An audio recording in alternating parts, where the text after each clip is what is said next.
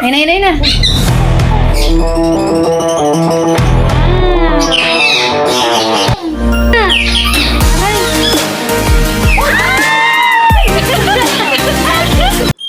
Anong klaseng ibon ito? Ito po mga kahabi ang ating pag-uusapan sa video ito. Mapagpalang araw mga kahabi. Welcome po sa Olen Aviary at iba pa. Okay po mga kahabi. So nais ko lamang pong i-share sa inyo ang ating bagong ibon dito sa Olen Aviary at iba pa. So ito po yung ating panibagong mutation dito sa ating aviary. Ito ang green chick conure. Ito po ang Purpura mulinae. Ito yung scientific name ng ibon na ito. Ito yung bagong species na ating aalagaan dito sa Olen Aviary. Napakaganda ko at mga kahabi. Ito yung tinatawag na sa sun chick conure. Isa sa magandang uri ng mutation ng GCC kung tawagin, yung green chick conure. Ito naman ang tawag dito sa mutation ito ay sun chick conure. Napakaganda. Isa sa gusto ko na mutation mga kahabi. So nais kong i-share sa inyo at nais ko rin pong pasalamatan ng ating kahabi na pinagmulan ng mutation na to. So ayaw niya po muna magpabanggit at hanggat hindi na ibibigay sa atin yung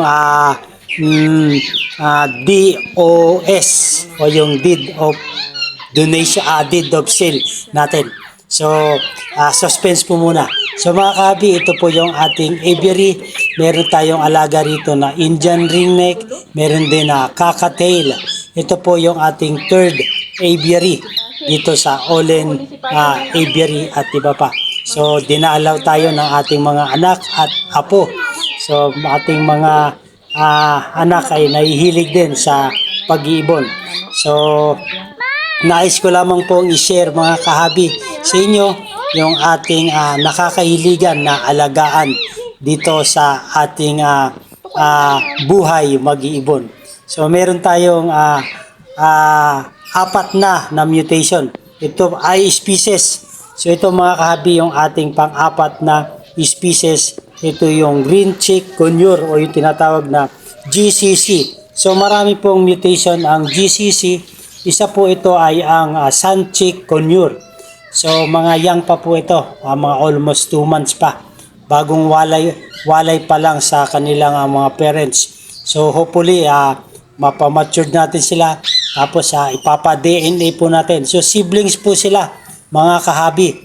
So ipapa-DNA natin ito, tapos kung ano yung maging gender nila ay mag-a-avail pa po tayo para ipares naman natin sa kanila. Kasi sa ngayon na sibling sila ay hindi po pwedeng ipagparisin ang magkapatid mga kahabi. So kailangan po different na pinanggalingan ng mga ibon natin. So ito naman po mga kahabi ang ating unang mutation or species na inaalagaan natin nung pumasok tayo sa buhay mag-iibon. Ito yung tinatawag na Indian ringneck o yung sa scientific name ay Psittacula cremeri. So ito po yung ating flight cage. So ito po ay magiging second breeder na po natin. So after 1 year kasi almost mga 1 year pa lang sila. So bago po sila isa lang sa pagbibreed ay kailangan po ay almost 2 years po mga kahabi. So kailangan po ay pamaturin muna natin ang ating mga ibon bago natin isa lang sa pagbibreed. Ito po ay meron tayong green, yung tinatawag nitong normal na Indian ringneck. Meron tayong albino, meron tayong blue, merong gray pallid, meron tayong tortoise blue dito po sa ating aviary. So hihintay lang natin na mag-mature sila bago natin sila isalang sa pagbibreed. So at mga kahabi, yung ating pangatlo naman na species Binisa. ay ang cockatiel. Ito po. Ito yung ating cockatiel na nasa likuran natin sa ating third aviary. Kasama po ng mga Indian ringneck na breeder. So ito po yung mga progenies ng ating mga cockatiel. So mga young pa po ito. So sama-sama po muna sila.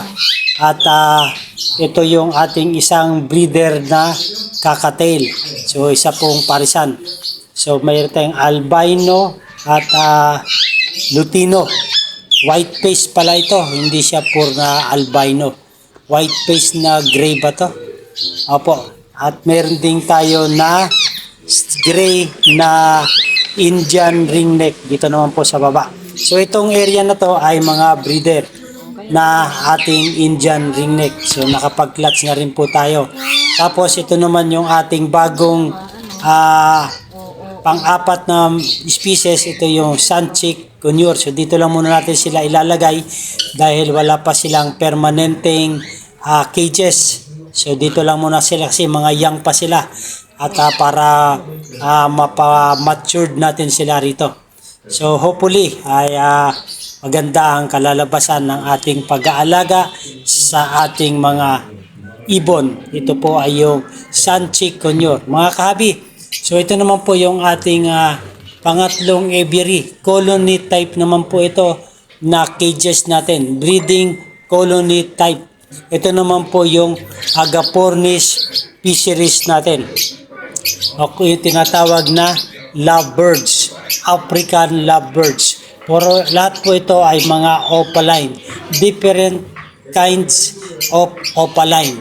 Meron tayong lutino opaline, merong blue opaline, far blue opaline, violet opaline, merong gray opaline, at meron din tayong albino. Maraming po salamat mga kahabi sa inyong panunod. Ito po, malapit tayo sa dagat. Ito yung ating Barangay Maunon, seaside po. Ito yung ating mga anak naliligo. Maraming po salamat sa inyong panonood mga kahabi. At kung nagustuhan niyo itong video na to mga kahabi, ay humingi ako ng favor. Please subscribe my YouTube channel, Olen Avery at iba pa. So maraming pong salamat. Mabuhay and God bless. Happy New Year mga kahabi.